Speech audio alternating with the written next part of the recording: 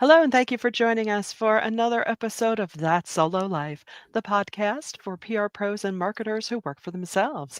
People like me, Michelle Kane with Voice Matters, my wonderful co host, Karen Swim of Solo PR Pro, and we have another amazing guest with us today. We have another fellow solo smarty, Lisa Gerber of Big Leap Creative. Lisa offers personal one-to-one programs, storytelling workshops, and much more as she helps leaders and organizations engage authentically and effectively with their audiences. And she's going to do the same thing with us. Hi, Lisa. We're so excited to have you back. Hello. Thank you both. I'm so excited to Yay! start my day with you. How Yay! fun. So are we. Lisa has heard this from me probably way too much, but she's absolutely one of my favorite people. Aw. She's so authentic. She's so smart, and Mhm. her stories draw you in, whether she's talking about her dog, whether she's talking about one of her clients. Everything she does is story. And it Yeah. reminds me of there's a woman named Rosa Say, if you don't know her, she talks about talking story. And Cool. to me, you do that. Like your life is Yeah. story. Beautiful. Oh, So, I love I it. love that. Thank you. I should start every morning with a little boost from Karen and Michelle. Sure. we would love to do that. We can, call you, FaceTime you. We can send you recordings to remind you how Oh, amazing you yes. Little morning are. Hey. affirmations. That's Oh, not a bad. Oh, making 2025, Michelle. I like that. Yes. I mean, why not? Cheerleaders for hire. We could do a little. We could go on Cameo. Oh my gosh. Love it. Anyway, bringing it back to you, Lisa. Yeah. You are the storytelling queen, and you've taught thousands how to tap into that power. Why is it so important, do you believe, to lead with story? Mm. Well, story sets the tone. It sets the energy. And I think that people expect to be bored in if it's a meeting or a presentation or, any ongoing business interaction. I see that all the time. And when I personally start a talk with a story and I inevitably get the comment back like, oh, you had me at the story about XYZ at the beginning. So it captures attention. And whether it's a personal story or it's a story that creates deeper understanding around a topic, people connect with it, right? I mean, we all know that it helps create connection and understanding. But I love the way it's an invitation to just a bigger conversation that leads to better relationships. And when we do that over time, when we have this habit of storytelling, people choose us. They'll choose you, and they become less. If price is the context, like if it's a buyer situation, they become less price sensitive. But it's that emotional connection, and it shifts the energy. That's really, there's something else about it though. In case you're, in the sense of storytelling when we're presenting, Mhm. sometimes we're nervous. And when we start with a story, it sort of creates this comfort level between the teller and the listener. So the listener is like, oh, this is going to be different. And we settle in and enjoy the story. But from the teller perspective also, it's like, okay, I'm going to start with this story, which is really easy to tell. I don't have to remember all this data, all these bullet points and my talking points and all this stuff. And then you kind of can settle into it from there. So there's a certain comfort that happens. That is so true. I always knew that stories were memorable. When you tell a Yeah. story, people remember that. They remember that more than facts and data and key points. But you just said something that I don't think we talk enough about, even in business. It's creating those emotional connections.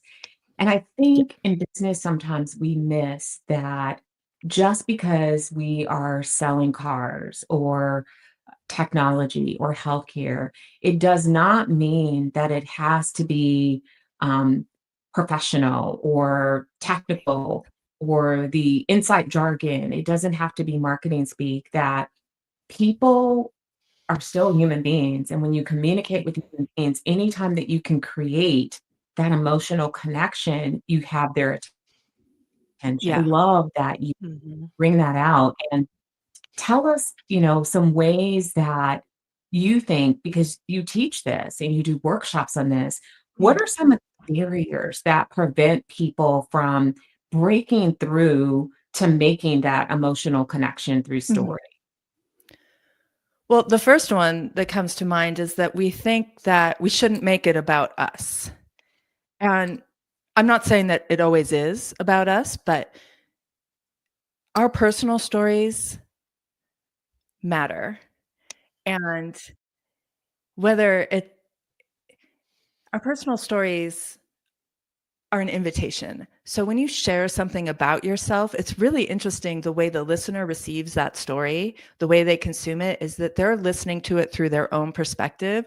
And inevitably, something unexpected happens where they respond with their own story of a situation. I had a client who started a presentation where she had to thank she had to thank sponsors and ask for money, and it wasn't a very exciting message, but she just opened up with a little vulnerable story about herself, and afterwards people came up to her and shared their own story in the same theme. Hers was about rejection, and they shared their own story completely unrelated to the topic at hand. And so you see how that creates like this invitation to have a better conversation. So so the biggest barrier I see is in not making these interactions personal. So true. Ye I always say that all business is relationship, and that's not Yes, purely transactional. There you have to right. establish that trust and that just that realm of, Yeah. you know, the word is escaping me right now. I mean, I Well, think and there's then also probably a little bit of fear involved in mhm, revealing it's risk. yourself at work. Yes. I mean, think about college essays. They ask you for an essay. They have your grades, they have your scores, but they want to see who you are as a human being. And people struggle to write those essays because you are in a situation which is, at that stage of your life, probably the most professional thing that you've had to do. So Yeah, people in professional settings see that. Like, we have this mindset about being professional and what's expected and what's acceptable, yeah, and then to reveal part of your humanity in those settings can feel really, really challenging and scary because we all go yeah, back to that little kid on the playground. It's like, well, will people like me still? Will they, absolutely. will they make fun of me? Is that a dumb story? Will they Right. think I'm weak? Will they think that I'm incapable of my job because I shared a story about how I cried at work once? And, Mhm. you know, Yeah. you don't have to dig deep and reveal trauma, but No, absolutely just not. making Yeah, those connections by being a human being and sharing personal experiences that are relevant to that yeah. moment. Yeah. And it's when we hold those very stories that we hold back are the very stories that allow us to stand out, right? Yeah, I mean, it's exactly. like this conundrum. Yeah. And yeah, but it's interesting when you just start little by little and you see the reaction. And of course, our story is not going to be for everyone. Not everyone's going to, love our Right, story, and we have to be right, okay with that. And that's where the right. risk and the fear comes in. It's like, okay, not everyone's going to be interested in this story, but it is going to attract the right people. And when you want to, find that alignment and work with people, like in our solo PR, we want to work with people that we're aligned with, Yeah. right? That's why we do this. Yeah, Yes. exactly. And I think it's the vulnerability of it all because let's face it, if someone is seeking your services, they are in a vulnerable spot. There's Right. something they need. Yeah. And when we answer with, some sense of that, I think that does help Yeah. create the relationship. Yeah. Yeah. Yeah. Yeah, for sure.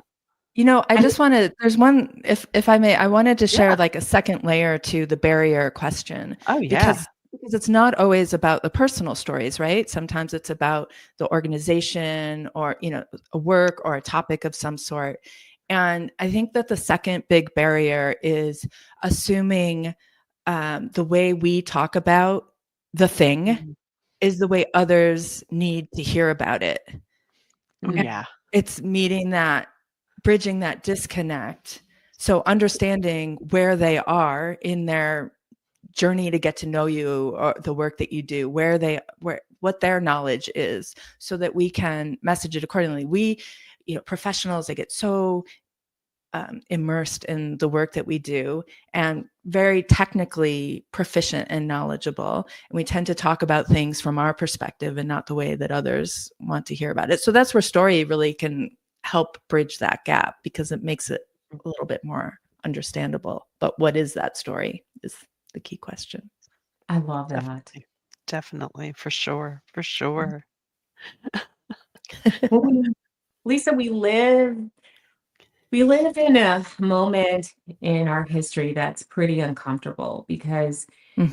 people have fragmented and we live in our silos. And as professional communicators, we are encountering brand new challenges of being able to speak to those audiences, which are sometimes diverse, right? Our audiences are not monolithic. Right.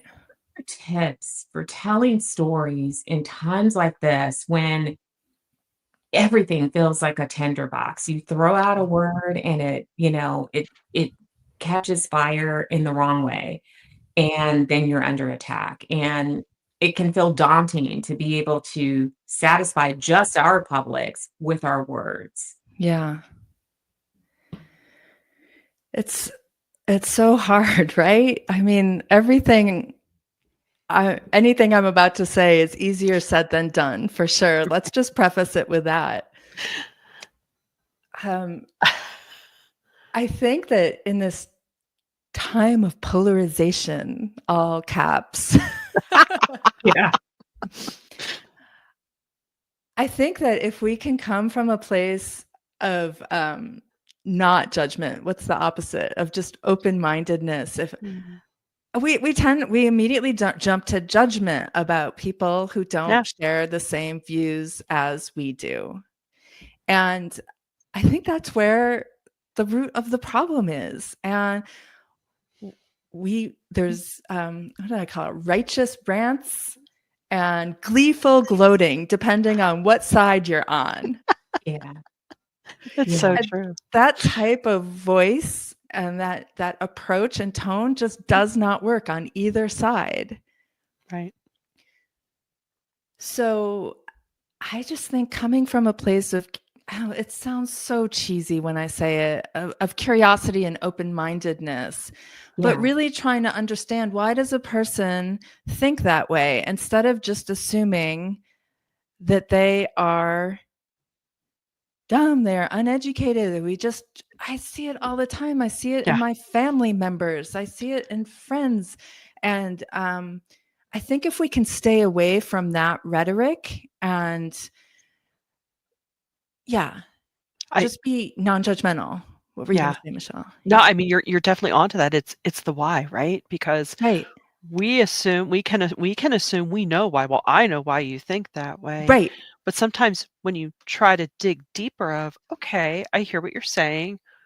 How did you come to that thought, feeling, conclusion? Yeah. Sadly, oftentimes it's where they're getting their information from, their sources Exactly. are Oh my just gosh. bubbled and siloed, and Yeah. then that makes it really challenging to bridge and to come in agreement when you're not really even on the same plane with things. Yeah. But yeah, I think fear, insecurity, a lot of it is mixed in, and just like you say, digging into why. Yeah, you'd be surprised that we maybe aren't as far apart in values as we think we are, and they're Right. making decisions purely based on, say putting food on the table, and all these other social issues are less of a priority because they're just surviving. This is just one example, Yeah. but there's just other reasons people show up the way that they do. Mhm. And there is an amazing video done by Heineken in 2017. They did a campaign called Worlds Apart, and they show individuals from, are you familiar with it? It's Have you? it's tickling my memory, so I'll have to Okay. look it up, but I think I might have seen it. So they bring people in with varying, very deeply varying perspectives, and they shoot their opinions first, and then they bring them into a room, just the two of them, with like instructions on to like build a table and then put a beer on the table and then have a conversation, and they're just talking about random things, and then they play the videos for each other to see how they actually feel. Yeah. I'm not doing a good job of describing it. You have No, no, to you watch are. it. Yeah. What it does is it shows how conversations bring people together, deeply Mhm. divided people of deeply divided perspectives. Mhm. Mm, I really Mhm. like that. Yeah. And so when we understand, when we get to know them at a deeper personal level, it's a lot harder to hate them. Ooh, Yeah. yes, you're 100% correct. And I think, the reason that our jobs are a little more difficult these days, just another level of difficulty, but we got this, is that the things that are happening in the world around us are often very personal. Yeah. Yeah. And so you have to manage your own emotions and your own feelings Mm. and then be able to communicate past that. I love that that means that we have to be, just like journalists to that code of showing up unbiased and asking a lot of questions to really understand our audiences, digging deeper than ever before to get to what's really going to move them. How do we communicate this in a way with compassion and respect for varied opinions? And how do we ensure that we are not contributing to the polarization? And that is, Yeah. it is easier said than done, but Yeah.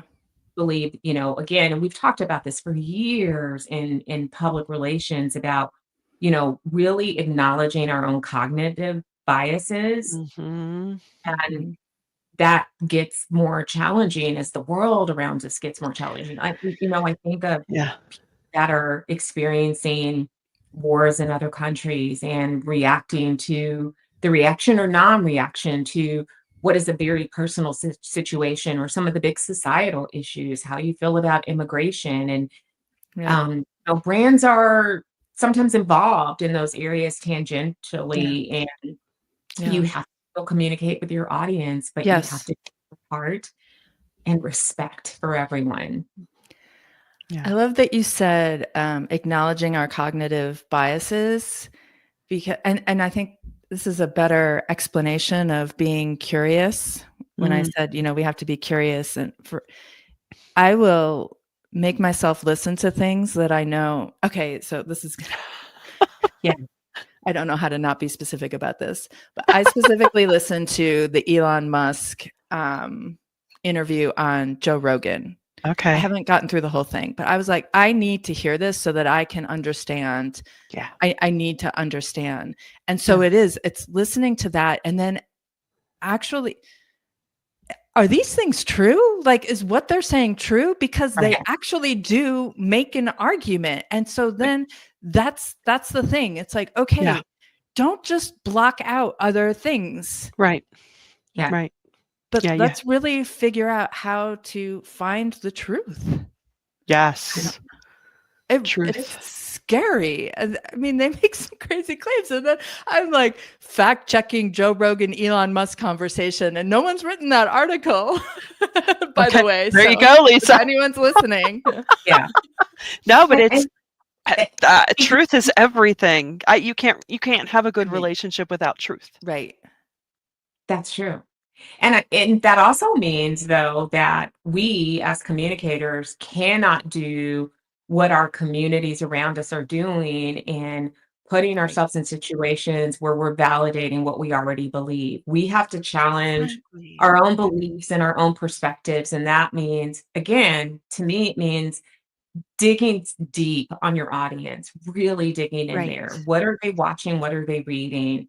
How are they, what are their challenges? What Yeah. concerns them? All of those things will make us much better at our job.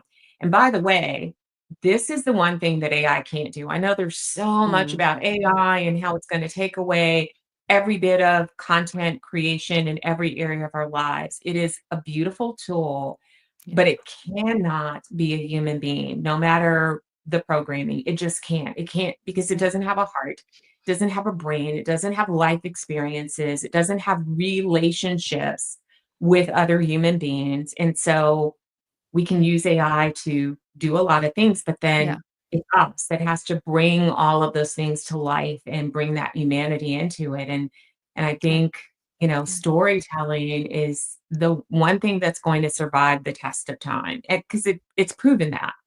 Right. Yeah. Yeah, it's so true. I mean, I know one of the questions I will ask clients at the start of a new relationship is, "Tell me where it hurts. What are your pain points?" It's a good question. AI can't Right. deliver that, they No. can't deliver the nuances of experience. So Right. agree. I agree. Yeah. Yeah. Yeah. Yeah. It probably can. I haven't asked it to create a story, but I've heard others that have asked it to write a poem in the voice of XYZ or Yeah. whomever. Yeah. So it's amazing what it can do. But to your point, exactly, it can't, it can't make the human connection. I mean, Yeah. maybe it will one day. I don't know. So we'll wait and That's see, won't we? oh, Musk might think that. So he might say, just to do it. Of Um, course it can. it's It funny. is up. I have used AI to just as a funny little experiment. I was like, gave him some details about the dogs and said, write a story about this. A Yeah. children's book for ages, 4 to 7 years old. And it did write the story. And I said, huh, it's pretty good. But of course, while the story is there in words, it still takes the human being to say, the words are right. And thank you, because that, for somebody who's never written a children's book, Yeah. it helps me to kind of see the pattern and the template. But what you Yeah. True. don't have is the relationship that I have Yeah. with all of the dogs that I just told you Yeah. about. I gave you Yeah. words, but I didn't give you all of those other little details and Yeah. Right. how their faces look. And you can't communicate that for me. I could do that. So you're right. It does create a pretty decent story, though, I gotta Yeah. tell you. Yeah. I mean, think back to Charles Schultz, right? How we Yeah, how we learned over the years that so much of his own personal disappointments and even traumas were channeled through his yeah, comic strips. And it's yeah, just like, Yeah. yeah, I don't see AI doing that anytime soon. But I mean, we know, Lisa, you've always been so true to yourself and yeah. unafraid to pivot for Mm. passion. What is lighting you up right now? Like what ways, you know, is following that impacting your day to day? Well, first of all, it's absolutely snowing buckets outside my window. So when you said what's filling up my day, and I was looking at it just coming down, that first of all is the foundation of filling up my day. Yeah. Excellent. Skiing being central to my life and winter just being my favorite season. I love it. So that's great. And it's really on the heels of our conversation today is what's going on in our landscape and how the very work that I do, it doesn't change, is just more needed than ever. And so I am loving helping others navigate, helping leaders, helping emerging leaders communicate to connect. And I have been keynoting. So I have a keynote called Power of Story. Love it. And I've been working on this for the past year, but it's just become, it's like one of those things, when you like have to, what is the quote? Is it Wayne Gretzky where you like go where the hockey puck is going? Yeah. Yeah, yeah, Yeah. yeah. So unintended, but it's just, how stories bring us together. Mm, When we make it personal, we make it matter, we make it better. I love And that. I have a book coming out. Did I even tell you this? No. Dun, da, da. It's really soon now. Fantastic. I've just been like up and down with this. It's called The Power of Story. And Love it. I'm pretty sure it's going to be out by December at this point. I stalled on it. I rewrote it, all this. It's just been so that will also be a little You project to getting Is that out there into the a world. pre-order link? Because we definitely Yeah. wanna let Gosh. listeners know. I can make a pre-order link by the time this goes live. Not So to put you on the Perfect. spot or anything. no, that's easy. We want it. Thank We you Yeah. for need it. that. Yeah. That's I know Oh, you'd think I would absolutely. have talked about this in our pre-call, but I think at that point I was like, no, this book isn't ready to see the world. And then just something happened overnight. I'm like, no, this isn't this. Congratulations, Okay. that's That's amazing. Thank you so wonderful. much. Because the first one, I think you know about that one is From So Yeah. What to So Funded, and that's written Yeah. specifically for a nonprofit audience. And I really wanted to write something a little bit broader. And Mhm. so like my thinking has evolved and so it's very different from the one for the nonprofit audience, but it's definitely just how to be real, relatable, and riveting. I can't even remember the subtitle right now because Well, that's I a pretty darn we're good like tagline, totally, actually. yeah. am Thank you. so thrilled for you. We Yeah. cannot Thank wait you. for it. Of course, that means you have to come back and chat with I us would about love the book. to. Yeah. Oh, Please sure. do. Sorry, you have to come back. Oh, Yeah. is it going to start with all of this compliments and all of these really Yeah. wonderful things about me? Okay, Yes, of any We'll have day. you course. you'll have enough now. I mean, are you kidding? So, if you would have one little nugget of inspiration Yeah. for our listeners to take away, no pressure, what just comes to mind?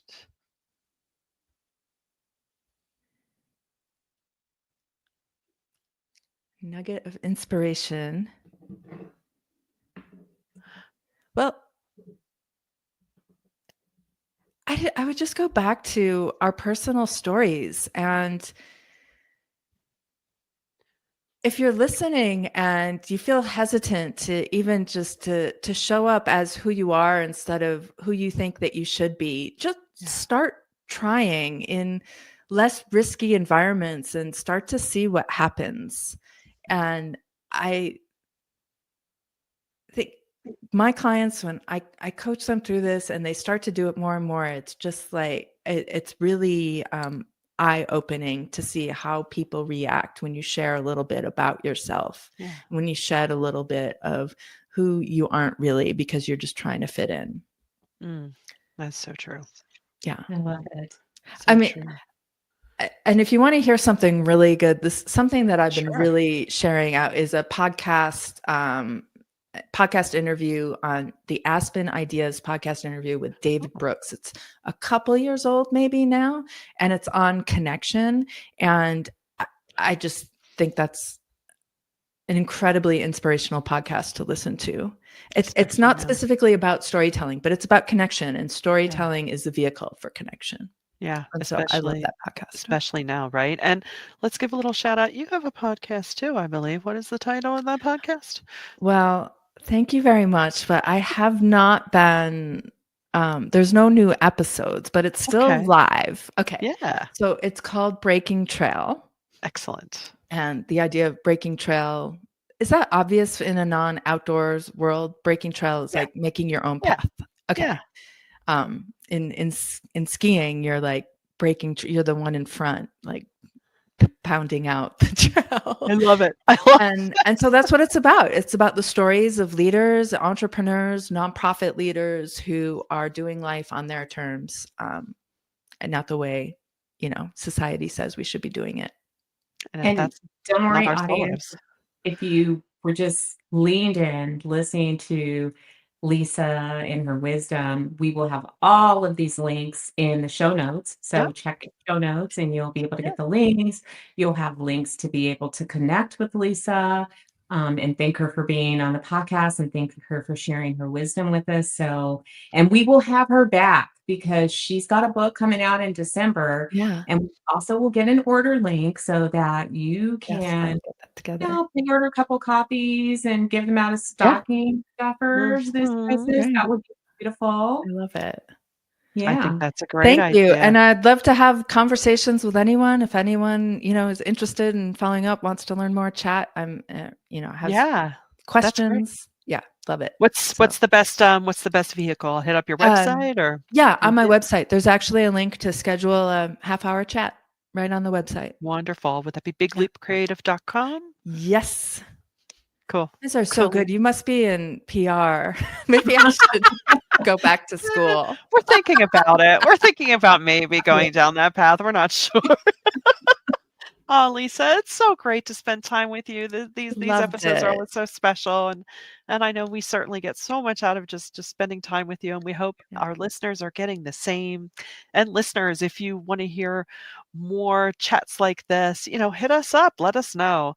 Yeah. Visit soloprpro.com and make your voice heard. And of course, please do share this around because we know this is an episode well worth sharing. So until next time, thanks for listening to That Solo Life.